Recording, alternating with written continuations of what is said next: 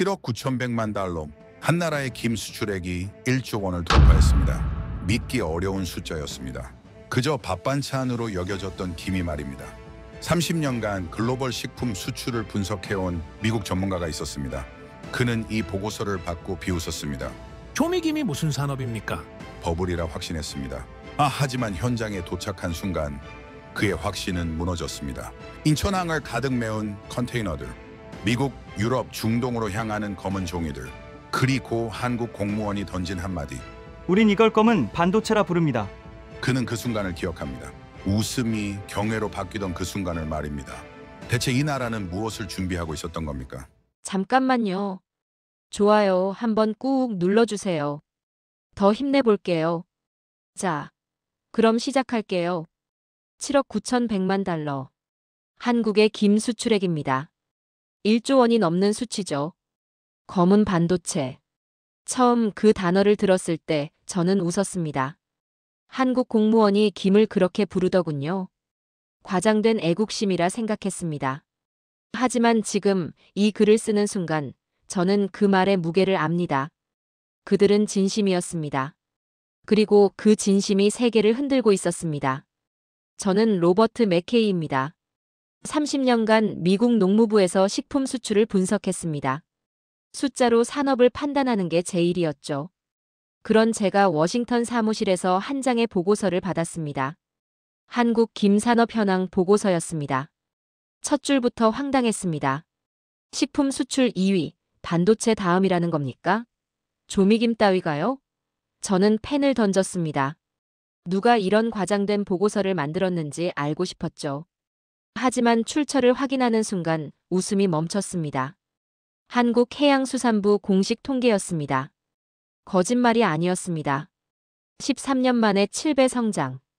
연평균 17%씩 올랐습니다. 이건 버블입니다. 분명 버블이죠. 저는 그렇게 결론 내렸습니다. 30년 경력이 말해주더군요.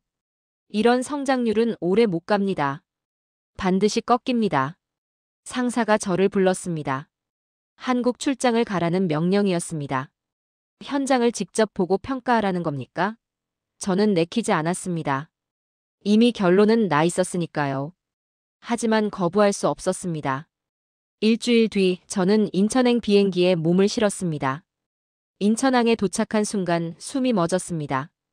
컨테이너가 끝없이 쌓여 있었습니다. 모든 박스마다 같은 글자가 찍혀 있었죠. 김, 코리아산 김이었습니다. 미국으로 가는 것, 유럽으로 가는 것, 중동으로 가는 것. 세계 전역이 목적지였습니다. 항만 직원에게 물었습니다. 하루 출고량이 얼마나 되느냐고요. 그가 대답했습니다. 평균 200톤이라고 하더군요. 하루에 말입니다. 저는 계산기를 두드렸습니다. 일주일이면 1,400톤, 한 달이면 6,000톤입니다. 이건 단순한 수출이 아니었습니다. 저는 현장 관계자를 만났습니다. 그에게 물었습니다. 이 성장세가 지속 가능하냐고요. 그가 고개를 저었습니다. 솔직히 불안하다고 했습니다. 원료 부족 문제가 있다고 했죠. 기후 변화로 수온이 오르고 있다고 했습니다. 어민 평균 나이가 64세라고 했습니다. 제 예상이 맞았습니다. 결국 한계가 있는 겁니다. 저는 노트에 적었습니다. 단기 버블, 장기 지속 불가. 그렇게 결론을 내렸습니다. 하지만 그때였습니다. 한 공무원이 제게 다가왔습니다. 정중하게 인사를 건넸죠. 그리고 한마디를 던졌습니다. 우리는 이걸 검은 반도체라 부릅니다. 그 말에 저는 웃었습니다. 김이 반도체라니 무슨 농담입니까? 하지만 그의 눈빛은 진지했습니다. 농담이 아니었습니다. 저는 그 순간을 기억합니다. 그의 목소리에 묻어있던 확신을 말입니다. 저는 그저 고개만 끄덕였습니다. 예의상 그랬던 겁니다. 호텔로 돌아와 보고서를 정리했습니다. 결론은 변하지 않았습니다. 한국 김산업, 현재는 호황이나 구조적 한계 명확. 3년 내 성장세 둔화 예상. 그렇게 적었습니다. 하지만 이상했습니다. 펜을 놓은 뒤에도 그 말이 머릿속을 맴돌았습니다. 검은 반도체. 단순한 별명이 아닌 것 같았습니다. 뭔가 더 깊은 의미가 있는 것 같았죠. 저는 창밖을 바라봤습니다. 인천항의 불빛이 깜빡였습니다. 내일은 공장을 방문합니다. 직접 현장을 봐야 합니다. 그래야 확신할 수 있을 것 같았습니다. 저는 노트북을 덮었습니다. 그리고 중얼거렸습니다. 검은 반도체라 과연 그럴까요? 다음 날 새벽, 저는 전남으로 향했습니다. 김양식의 본거지라고 했습니다. 차창 밖으로 바다가 보이기 시작했습니다. 평범한 남해였습니다. 특별할 게 없어 보였죠. 하지만 해안에 가까워질수록 달라졌습니다. 수평선 끝까지 뭔가 떠 있었습니다. 양식장이었습니다. 끝이 보이지 않았습니다. 대나무 기둥들이 질서정연하게 박혀 있었죠. 그 사이사이로 검은 줄들이 드리워져 있었습니다. 긴발이라고 했습니다. 저는 차에서 내렸습니다. 바닷바람이 얼굴을 때렸습니다. 안내를 맡은 어민이 다가왔습니다. 60대로 보이는 남성이었습니다. 그가 말했습니다. 저기 보이는 게 전부 김이라고요. 30만 평이 넘는다고 했습니다. 저는 숫자를 되뇌었습니다. 30만 평이라니 이건 농업이 아니었습니다. 산업이었습니다. 배를 탔습니다. 작은 어선이었지만 튼튼해 보였습니다. 파도를 가르며 양식장 안으로 들어갔습니다. 가까이서 보니 더 놀라웠습니다. 대나무 기둥마다 긴발이 10장씩 달려 있었습니다. 물결 따라 흔들리고 있었죠. 어민이 설명했습니다. 이게 지주식 양식이라고 했습니다. 썰물 때 김이 공기에 노출된다고 했죠. 그래야 햇빛을 받는다고 했습니다. 그 과정이 품질을 만든다고 했습니다. 저는 물었습니다. 왜 그렇게까지 하느냐고요? 그가 대답했습니다. 김은 예민하다고 했습니다. 빛의 양, 물의 온도, 바람의 세기. 모든 게 영향을 준다고 했죠. 하루만 관리를 게을리해도 색이 변한다고 했습니다. 그래서 매일 바다에 나온다고 했습니다. 저는 긴발을 만져봤습니다. 미끌미끌했습니다. 검은색과 초록색이 섞여 있었죠. 어민이 말했습니다. 이게 1등급 감이라고 했습니다. 수출용이라고 했죠. 저는 고개를 끄덕였습니다. 하지만 속으로는 여전히 의심했습니다. 겉으로만 그럴싸한 게 아닐까 하고요. 오후에는 가공 공장을 방문했습니다. 현대식 건물이었습니다. 입구에서부터 위생복을 입어야 했죠. 모자, 마스크, 장갑까지 착용했습니다. 마치 반도체 공장 같았습니다. 라인이 시작됐습니다. 생김이 기계 위로 올라갔습니다. 세척, 탈수, 건조 과정을 거쳤죠. 그런데 놀라운 건 그 다음이었습니다. 사람들이 한 장 한 장 들여다보고 있었습니다. 구멍이 있는지 이물질이 있는지 확인하는 겁니다. 공장장에게 물었습니다. 왜 기계로 안 하느냐고요? 그가 대답했습니다. 기계보다 사람 눈이 정확하다고 했습니다. 특히 색깔과 두께는 사람이 더 잘 본다고 했죠. 저는 작업자의 손을 지켜봤습니다. 1초에 한 장씩 선별하고 있었습니다. 불량품이 나왔습니다. 작은 구멍 하나 때문이었습니다. 작업자가 즉시 분리했습니다. 그 김은 폐기 처리된다고 했습니다. 저는 물었습니다. 그 정도면 괜찮지 않느냐고요. 공장장이 고개를 저었습니다. 수출품은 완벽해야 한다고 했습니다. 결합률이 얼마냐고 물었습니다. 0.1%라고 했습니다. 1000장 중 1장이라는 얘기였습니다. 저는 충격을 받았습니다. 이건 음식이 아니었습니다. 정밀공학이었습니다. 마지막으로 시식 시간이 있었습니다. 두 종류를 내놨습니다. 하나는 미국 수출용, 하나는 한국 내수용이었습니다. 저는 둘 다 맛봤습니다. 완전히 달랐습니다. 미국용은 짠맛이 약했습니다. 고소한 맛이 강했죠. 한 입 크기로 잘라져 있었습니다. 스낵처럼 먹기 편했습니다. 반면 내수용은 짠맛이 진했습니다. 참기름 향이 강했죠. 밥과 함께 먹는 용도였습니다. 공장장이 설명했습니다. 나라마다 입맛이 다르다고 했습니다. 미국은 저염을 선호한다고 했죠. 유럽은 유기농을 원한다고 했습니다. 중동은 할랄 인증이 필요하다고 했습니다. 그래서 생산 라인을 따로 운영한다고 했습니다. 저는 깨달았습니다. 이건 단순한 제조가 아니었습니다. 시장 분석이었습니다. 소비자 연구였습니다. 한국은 김을 팔지 않고 있었습니다. 전략을 팔고 있었던 겁니다. 저녁 호텔로 돌아와 노트를 펼쳤습니다. 오늘 본 것들을 정리했습니다. 바다 위의 질서, 사람 손의 정밀함, 나라별 맞춤 전략. 제 손이 떨렸습니다. 이건 제가 예상했던 산업이 아니었습니다. 저는 한 줄을 적었습니다. 한국은 김을 수출하지 않는다. 철학을 수출한다. 펜을 놓은 뒤 창밖을 바라봤습니다. 어둠 속에서도 바다가 보였습니다. 그 바다 위에서 내일도 누군가 김을 돌볼 겁니다.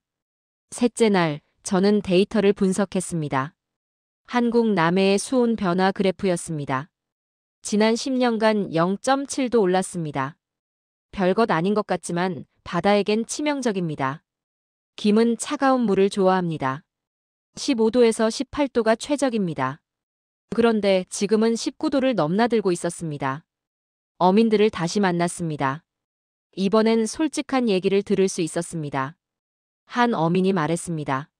작년에 절반을 잃었다고 했습니다. 수온이 갑자기 올라서 김이 녹아버렸다고 했죠. 10일만 더 더우면 다 끝이라고 했습니다. 저는 물었습니다. 그럼 어떻게 하느냐고요? 그가 한숨을 쉬었습니다. 기도할 뿐이라고 했습니다. 바다는 사람 말을 안 듣는다고 했죠. 저는 그의 얼굴을 봤습니다. 주름이 깊었습니다. 바다의 고단함이 새겨져 있었습니다. 또 다른 문제가 있었습니다. 사람이 없다는 겁니다. 어민 평균 나이가 64세였습니다. 젊은 사람은 찾아볼 수 없었죠. 한 어민이 말했습니다. 아들이 도시로 떠났다고 했습니다. 바다는 힘들다고 했습니다. 누가 이 일을 물려받겠느냐고 했습니다. 저는 긴장했습니다. 이건 단순한 문제가 아니었습니다. 기후와 인력, 두 개의 위기가 동시에 왔습니다. 산업이 무너질 수 있는 상황이었습니다. 제 초기 예측이 맞아떨어지고 있었습니다. 하지만 한국은 가만히 있지 않았습니다. 다음 날, 저는 국립해조류연구소로 향했습니다. 목포에 있는 작은 건물이었습니다. 기대는 하지 않았습니다. 연구소라고 해봤자 얼마나 대단하겠습니까? 들어서는 순간 생각이 바뀌었습니다. 복도 양쪽으로 수조가 늘어서 있었습니다. 각각 다른 김이 자라고 있었죠. 연구원이 설명했습니다. 신품종 19종이라고 했습니다. 모두 고온 적응력을 높인 것들이라고 했습니다. 저는 놀랐습니다. 19종이라니 어떻게 가능합니까? 연구원이 대답했습니다. 10년 넘게 연구했다고 했습니다. 교배와 선별을 반복했다고 했죠. 수백 번의 실패 끝에 만들어낸 것들이라고 했습니다. 한 수조 앞에 섰습니다. 김이 유난히 짙은 초록색이었습니다. 연구원이 말했습니다. 이게 K 해마루라고 했습니다. 수온 21도까지 견딘다고 했죠. 기존 김보다 3도 높다고 했습니다. 게다가 생장 속도도 30% 빠르다고 했습니다. 저는 물었습니다. 연구 인력이 몇 명이냐고요? 5명이라고 했습니다. 단 5명이 한 나라의 미래를 설계하고 있었습니다. 저는 숨이 막혔습니다. 이건 기적이 아니었습니다. 절박함이었습니다. 오후엔 더 놀라운 걸 봤습니다. 육상양식 시설이었습니다. 건물 안에 거대한 수조들이 있었습니다. 인공 해수가 순환하고 있었죠. 온도, 염도, 빛의 양까지 모두 조절되고 있었습니다. 담당자가 설명했습니다. 여기선 날씨가 중요하지 않다고 했습니다. 태풍이 와도 한파가 와도 상관없다고 했죠. 1년 내내 김을 생산할 수 있다고 했습니다. 계절이 필요 없다는 얘기였습니다. 저는 수조에 다가갔습니다. 김이 자라고 있었습니다. 바다에서 본 것과 똑같았습니다. 아니, 더 깨끗해 보였습니다. 이물질이 전혀 없었죠. 담당자가 말했습니다. 육상이라 오염 걱정이 없다고 했습니다. 중금속도 미세 플라스틱도 없다고 했습니다. 더 놀라운 건 기능성이었습니다. 영양소를 조절할 수 있다고 했습니다. 단백질 함량을 높이거나 요오드를 강화할 수 있다고 했죠. 맞춤형 김을 만들 수 있다는 겁니다. 저는 할 말을 잃었습니다. 그들은 바다를 옮겼습니다. 자연을 건물 안으로 가져왔습니다. 그리고 더 나은 환경을 만들어냈습니다. 이건 양식이 아니었습니다. 창조였습니다. 저녁 숙소로 돌아오는 길이었습니다. 차창 밖으로 바다가 보였습니다. 석양이 지고 있었죠. 저는 생각했습니다. 한국은 위기를 두려워하지 않는다고요. 미리 준비한다고요. 노트를 펼쳤습니다. 오늘 본 것들을 기록했습니다. 신품종 19종, 육상양식 기술, 맞춤형 생산. 제 손이 떨렸습니다. 이건 수비가 아니었습니다. 공격이었습니다. 저는 한 줄을 적었습니다. 한국은 이미 다음 바다를 준비하고 있었다. 펜을 놓고 창밖을 봤습니다. 어둠 속에서도 바다는 숨쉬고 있었습니다. 하지만 이제 그 바다는 건물 안에도 있었습니다. 일주일째 저는 도쿄에 있었습니다. 국제식품 박람회 때문이었습니다. 한국 김업체들도 참가한다고 했죠. 저는 그들의 부스를 찾아갔습니다. 작았습니다. 일본 업체들에 비하면 초라해 보였습니다. 일본 부스는 달랐습니다. 화려했습니다. 김을 마치 예술품처럼 전시하고 있었죠. 등급별로 나뉘어 있었습니다. 최고급, 특급, 상급, 보통급. 9단계로 분류되어 있었습니다. 가격표를 봤습니다. 최고급은 100g에 30달러였습니다. 보통급은 10달러였죠. 3배 차이가 났습니다. 단지 등급 하나 때문이었습니다. 저는 한국 부스로 돌아왔습니다. 등급 표시가 없었습니다. 일본 바이어가 다가왔습니다. 한국 김을 보더니 고개를 저었습니다. 등급이 없다고 했습니다. 어떤 품질인지 모르겠다고 했죠. 그러면서 웃었습니다. 비웃음이었습니다. 그가 말했습니다. 김은 우리 문화라고 했습니다. 우리가 기준을 만들었다고 했죠. 한국은 그냥 따라하는 것뿐이라고 했습니다. 저는 불쾌했습니다. 처음으로 화가 났습니다. 그 말은 틀렸습니다. 한국 업체 담당자를 만났습니다. 젊은 여성이었습니다. 그녀에게 물었습니다. 왜 등급제가 없느냐고요? 그녀가 한숨을 쉬었습니다. 기준이 없어서라고 했습니다. 일본은 50년 전부터 체계를 만들었다고 했죠. 한국은 이제 시작이라고 했습니다. 저는 물었습니다. 품질은 어떠냐고요? 그녀가 대답했습니다. 일본 최고급보다 낫다고 했습니다. 하지만 증명할 방법이 없다고 했죠. 등급표가 없으니 바이어들이 안 믿는다고 했습니다. 저는 답답했습니다. 한국으로 돌아왔습니다. 전남대학교를 찾았습니다. 식품 가공 연구팀이 있다고 들었습니다. 연구실 문을 열었습니다. 3명의 연구원이 있었습니다. 책상 위엔 김 샘플들이 가득했습니다. 팀장이 설명했습니다. K등급제를 개발 중이라고 했습니다. 한국형 기준을 만들고 있다고 했죠. 빛깔, 두께, 향, 염도까지 수치화하고 있다고 했습니다. 저는 샘플들을 봤습니다. 육안으로는 차이를 모르겠더군요. 연구원이 현미경을 가져왔습니다. 김을 확대해서 보여줬습니다. 놀라웠습니다. 세포 배열이 달랐습니다. 어떤 건 촘촘했고 어떤 건 성그렇습니다. 색소 밀도도 제각각이었죠. 팀장이 말했습니다. 이게 품질을 결정한다고 했습니다. 세포가 촘촘할수록 식감이 좋다고 했죠. 색소가 진할수록 향이 강하다고 했습니다. 이 모든 걸 데이터로 만들고 있다고 했습니다. 실험이 시작됐습니다. 김을 기계에 넣었습니다. 빛을 쬐었습니다. 화면에 숫자들이 나타났습니다. 색도, 투과율, 두께 편차. 모든 게 수치화됐습니다. 이건 감각이 아니었습니다. 과학이었습니다. 다른 샘플을 넣었습니다. 일본산 최고급이었습니다. 데이터를 비교했습니다. 한국산이 더 높은 수치를 보였습니다. 색도는 5% 높았고 세포 밀도는 8% 높았습니다. 저는 숨을 멈췄습니다. 팀장이 말했습니다. 품질은 이미 앞서 있다고 했습니다. 단지 표준이 없었을 뿐이라고 했죠. 이제 그 표준을 만들 거라고 했습니다. 내년에 정부에 제출한다고 했습니다. 저는 물었습니다. 일본이 인정할까요? 팀장이 웃었습니다. 인정 안 해도 된다고 했습니다. 코덱스에 제출할 거라고 했죠. 국제식품규격위원회 말입니다. 거기서 통과되면 세계 표준이 된다고 했습니다. 저는 전율했습니다. 이건 단순한 연구가 아니었습니다. 반격이었습니다. 50년간 일본이 쌓은 벽을 무너뜨리려는 겁니다. 그것도 과학으로 말입니다. 연구실을 나왔습니다. 복도를 걸으며 생각했습니다. 한국은 모방자가 아니라고요. 이미 심판자가 되려 하고 있다고요. 규칙을 따르는 게 아니라 만들려 하고 있다고요. 저녁 호텔로 돌아와 노트를 펼쳤습니다. 오늘 본 데이터를 정리했습니다. 한국산 김의 객관적 우수성, K등급제의 과학성. 제 손이 떨렸습니다. 이건 경쟁이 아니었습니다. 혁명이었습니다. 저는 한 줄을 적었습니다. 한국은 이제 세계에게 묻고 있었다. 진짜 기준이 뭐냐고. 전통이냐 과학이냐고. 펜을 놓고 창밖을 봤습니다. 서울의 불빛이 반짝였습니다. 그 불빛 속에서 누군가 내일의 기준을 만들고 있었습니다. 이튿날 저는 광양으로 향했습니다.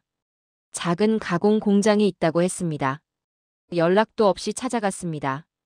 예고 없이 봐야 진짜를 본다고 배웠으니까요. 공장은 생각보다 작았습니다. 낡은 간판이 바람에 흔들리고 있었습니다. 문을 열고 들어갔습니다. 작업장이 보였습니다. 10명 남짓한 사람들이 일하고 있었죠. 기계 소리가 규칙적으로 울렸습니다. 컨베이어 벨트 위로 김이 지나가고 있었습니다. 사장이 다가왔습니다. 70대로 보였습니다. 어민 출신이라고 했습니다. 30년 전에 이 공장을 시작했다고 했죠. 저는 물었습니다. 하루 생산량이 얼마냐고요? 3톤이라고 했습니다. 크지 않은 규모였습니다. 하지만 그 다음 말이 놀라웠습니다. 불량률이 0.05%라고 했습니다. 2000장의 1장이라는 얘기였습니다. 저는 의심했습니다. 어떻게 그게 가능합니까? 사장이 웃었습니다. 보여드리겠다고 했습니다. 작업 라인으로 갔습니다. 김이 건조를 마치고 나왔습니다. 금속 검출기를 통과했죠. 이상 없음. 다음은 사람이었습니다. 여성 작업자가 김을 들어올렸습니다. 빛에 비춰봤습니다. 1초도 안 걸렸습니다. 그 손이 멈췄습니다. 뭔가 발견한 겁니다. 김을 자세히 봤습니다. 작은 구멍이 있었습니다. 바늘구멍만 했습니다. 육안으로는 거의 안 보였죠. 하지만 작업자는 놓치지 않았습니다. 즉시 불량품함에 넣었습니다. 저는 놀랐습니다. 저도 못 본 걸 발견했습니다. 작업자에게 물었습니다. 어떻게 보느냐고요? 그녀가 대답했습니다. 20년 했다고 했습니다. 손이 기억한다고 했죠. 빛의 각도만 봐도 안다고 했습니다. 다른 작업자도 마찬가지였습니다. 남성이었습니다. 김의 색을 확인하고 있었죠. 한 장을 골라냈습니다. 색이 약간 연했습니다. 저는 차이를 모르겠더군요. 하지만 그는 확신했습니다. 이건 2등급이라고 했습니다. 사장이 말했습니다. 기계는 숫자만 본다고 했습니다. 하지만 사람은 느낌을 본다고 했죠. 김의 결, 향, 심지어 소리까지 판단한다고 했습니다. 그래서 기계를 못 믿는다고 했습니다. 저는 물었습니다. 품질이 안 나오면 어떻게 하느냐고요? 사장이 단호하게 말했습니다. 출하를 멈춘다고 했습니다. 하루라도 말입니다. 손님을 잃더라도 품질은 포기 못한다고 했습니다. 명성이 무너지면 끝이라고 했습니다. 그때 젊은 남성이 들어왔습니다. 30대로 보였습니다. 사장의 조카라고 했습니다. 공대를 나왔다고 했죠. 그가 들고 온 건 태블릿이었습니다. 화면에 온도 그래프가 떠 있었습니다. 그가 설명했습니다. 자동 온도 조절 시스템이라고 했습니다.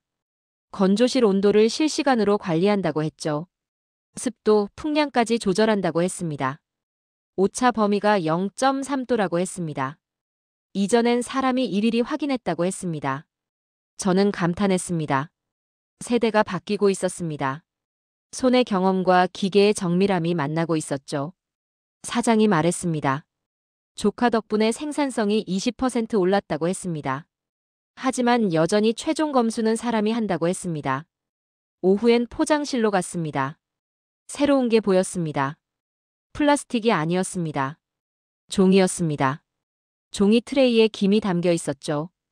담당자가 설명했습니다. 친환경 포장이라고 했습니다. 유럽 바이어가 요구했다고 했습니다. 플라스틱을 쓰지 말라고 했죠. 처음엔 불가능해 보였다고 했습니다. 종이는 습기에 약하니까요. 하지만 특수 코팅 기술을 개발했다고 했습니다. 6개월 연구 끝이었습니다. 샘플을 봤습니다. 깔끔했습니다. 종이지만 방습 기능이 있었습니다. 디자인도 세련됐죠. 한글과 영어가 함께 적혀 있었습니다. 하단엔 작은 문구가 있었습니다. 지구를 생각하는 김이라고 적혀 있었습니다. 담당자가 말했습니다. 유럽에서 반응이 뜨겁다고 했습니다. ESG 경영을 실천하는 제품으로 인정받았다고 했죠. 단가는 10% 올랐지만 판매는 30% 늘었다고 했습니다. 가치를 아는 사람들이 산다고 했습니다. 저는 깨달았습니다. 이건 단순한 포장이 아니었습니다. 메시지였습니다. 한국은 환경까지 생각하고 있었습니다. 김을 팔면서 미래도 팔고 있었던 겁니다. 공장을 나왔습니다. 석양이 지고 있었습니다. 저는 뒤돌아봤습니다. 낡은 건물이었지만 안에선 기적이 일어나고 있었습니다. 손과 기술이 만나 완벽을 만들고 있었던 겁니다. 차에 앉아 노트를 펼쳤습니다. 오늘 본 것들을 기록했습니다. 0.05% 불량률, 20년 숙련된 손, 젊은 엔지니어의 시스템, 종이 포장의 혁신. 손이 떨렸습니다. 저는 한 줄을 적었습니다. 작은 공장들이 거대한 산업을 만든다. 그것이 한국이다. 펜을 놓고 창밖을 봤습니다. 어둠이 내리고 있었습니다. 하지만 저 공장엔 내일도 불이 켜질 겁니다. 누군가의 손이 또 기적을 만들 겁니다. 2월이었습니다. 남해에 한파가 왔습니다. 수온이 급격히 떨어졌죠. 전화를 받았습니다. 어민들이 비상이라고 했습니다. 저는 즉시 현장으로 향했습니다. 양식장은 참담했습니다. 김이 하얗게 변해 있었습니다. 냉해를 입은 겁니다. 어민들이 배 위에서 망연자실하고 있었죠. 한 어민이 긴발을 들어 올렸습니다. 녹아내리고 있었습니다. 그가 말했습니다. 3일 만에 절반을 잃었다고 했습니다. 20년 만에 최악이라고 했죠. 저는 물었습니다. 복구가 가능하냐고요. 그가 고개를 저었습니다. 올해는 끝났다고 했습니다. 다른 어민을 만났습니다. 그는 울고 있었습니다. 손으로 얼굴을 가렸지만 어깨가 떨렸습니다. 저는 다가갔습니다. 그가 말했습니다. 대출금을 어떻게 갚느냐고 했습니다. 가족을 어떻게 먹여 살리느냐고 했습니다. 그가 제 손을 붙잡았습니다. 당신은 이걸 기록할 거 아니냐고 했습니다. 한국 김산업이 끝났다고 쓸 거 아니냐고 했죠. 저는 대답하지 못했습니다. 그의 눈빛이 너무 절박했습니다. 서울로 돌아왔습니다. 긴급 회의가 있다고 했습니다. 해양수산부 회의실이었습니다. 관계자들이 모여 있었죠. 표정이 어두웠습니다. 데이터가 발표됐습니다. 남해 양식장 40% 피해. 예상 손실액 2천억 원. 숫자가 충격적이었습니다. 한 관료가 말했습니다. 최악의 시나리오라고 했습니다. 그때 연구소 팀장이 발언했습니다. K 해마루를 투입하자고 했습니다. 신품종 말입니다. 아직 시험 단계라고 했죠. 하지만 지금이 기회라고 했습니다. 실전 테스트가 필요하다고 했습니다. 반대 의견이 나왔습니다. 위험하다고 했습니다. 검증이 안 됐다고 했죠. 실패하면 어쩌느냐고 했습니다. 팀장이 대답했습니다. 지금도 실패하고 있다고 했습니다. 시도조차 안 하면 정말 끝이라고 했습니다. 저는 그의 눈을 봤습니다. 결련했습니다. 두려움이 아니라 의지가 있었습니다. 회의는 1시간 더 이어졌습니다. 결국 결정이 났습니다. 신품종 투입 승인됐습니다. 다음 날 육상양식 시설을 찾았습니다. 기억하시죠? 건물 안수조 말입니다. 문을 여는 순간 놀랐습니다. 김이 자라고 있었습니다. 초록빛이 선명했습니다. 담당자가 설명했습니다. 바깥 바다가 얼어도 여긴 상관없다고 했습니다. 온도를 17도로 유지한다고 했죠. 김은 계속 자란다고 했습니다. 저는 수조에 다가갔습니다. 김이 물결을 타고 흔들렸습니다. 바다의 것과 똑같았습니다. 아니, 더 건강해 보였습니다. 담당자가 말했습니다. 지난주에 첫 수확을 했다고 했습니다. 품질은 바다산과 같다고 했죠. 저는 물었습니다. 생산량은 얼마나 되느냐고요? 아직 작다고 했습니다. 바다 양식의 5% 수준이라고 했죠. 하지만 시설을 늘리고 있다고 했습니다. 3년 안에 20%까지 올린다고 했습니다. 다른 수조를 봤습니다. K 해마루였습니다. 신품종 말입니다. 기존 김보다 색이 진했습니다. 담당자가 말했습니다. 이번 주부터 어민들에게 보급한다고 했습니다. 냉해를 이겨낼 수 있다고 했습니다. 저는 전율했습니다. 바다가 무너지는 순간 육지의 바다가 움직이고 있었습니다. 자연이 멈추는 순간 기술이 달리고 있었던 겁니다. 연구원이 다가왔습니다. 젊은 여성이었습니다. 그녀가 말했습니다. 이게 미래라고 했습니다. 날씨에 휘둘리지 않는 양식이라고 했죠. 365일 생산 가능한 시스템이라고 했습니다. 저는 물었습니다. 어민들은 어떻게 되느냐고요? 그녀가 대답했습니다. 바다와 육지를 병행한다고 했습니다. 바다가 좋을 땐 바다에서, 위기 땐 육지에서 한다고 했죠. 이중 안전망이라고 했습니다. 밖으로 나왔습니다. 바람이 차가웠습니다. 하지만 마음은 따뜻했습니다. 저는 깨달았습니다. 한국은 자연과 싸우지 않는다고요. 자연을 준비한다고요. 노트를 펼쳤습니다. 한 줄을 적었습니다. 위기는 기술을 시험하지만 신념은 무너지지 않는다. 펜을 놓고 하늘을 봤습니다. 구름이 빠르게 지나갔습니다. 내일은 날씨가 좋을 겁니다. 3월이었습니다. 뉴스가 터졌습니다. 육상양식 김이 첫 수출선을 탔다는 겁니다. 목적지는 미국, 프랑스, 아랍에미리트였습니다. 저는 인천 물류센터로 달려갔습니다. 직접 확인하고 싶었습니다. 컨테이너가 실리고 있었습니다. 박스마다 새로운 라벨이 붙어 있었죠. 육상양식 K 시위드라고 적혀 있었습니다. 담당자가 설명했습니다. 계절 제한이 없다는 걸 강조한다고 했습니다. 1년 내내 공급 가능하다고 했죠. 바이어 반응이 궁금했습니다. 담당자가 태블릿을 보여줬습니다. 주문서가 가득했습니다. 미국 대형 유통사에서 테스트 주문을 넣었다고 했습니다. 유럽 바이어들도 관심을 보인다고 했죠. 저는 놀랐습니다. 시작부터 달랐습니다. 더 큰 뉴스가 있었습니다. K등급제가 코덱스를 통과했다는 겁니다. 국제식품규격위원회 말입니다. 한국이 제안한 김 등급 기준이 국제표준으로 인정받은 겁니다. 저는 전남대 연구팀에 전화를 걸었습니다. 팀장이 목소리가 떨렸습니다. 3년 만이라고 했습니다. 제출하고 수정하고 또 제출했다고 했죠. 마침내 통과됐다고 했습니다. 이제 세계가 한국 기준으로 김을 판정한다고 했습니다. 저는 물었습니다. 일본은 뭐라고 하던가요? 팀장이 웃었습니다. 처음엔 반대했다고 했습니다. 하지만 데이터를 이길 수 없었다고 했죠. 과학 앞에선 전통도 무릎을 꿇는다고 했습니다. 서울로 돌아왔습니다. 해양수산부를 방문했습니다. 새로운 발표가 있다고 했죠. 브리핑룸이 기자들로 가득했습니다. 장관이 단상에 올랐습니다. 발표가 시작됐습니다. 코스트코 북미 전역 입점 계약 체결. 유럽연합 대형 체인 3곳과 공급 계약. 중동 할랄 시장 진출 확대. 숫자들이 쏟아졌습니다. 저는 숨을 멈췄습니다. 장관이 말했습니다. K시위드 브랜드를 출범한다고 했습니다. 종이 포장, 저염 조미, 친환경 로고로 차별화한다고 했죠. ESG 시장을 선도한다고 했습니다. 질의응답 시간이었습니다. 한 기자가 물었습니다. 일본 반응은 어떠냐고요? 장관이 대답했습니다. 그들도 배우고 있다고 했습니다. 경쟁자에서 학습자가 되고 있다고 했죠. 50년 만에 역전이라고 했습니다. 다음 날 BBC 기자에게서 연락이 왔습니다. 인터뷰 요청이었습니다. 한국 김산업에 대해 묻고 싶다고 했죠.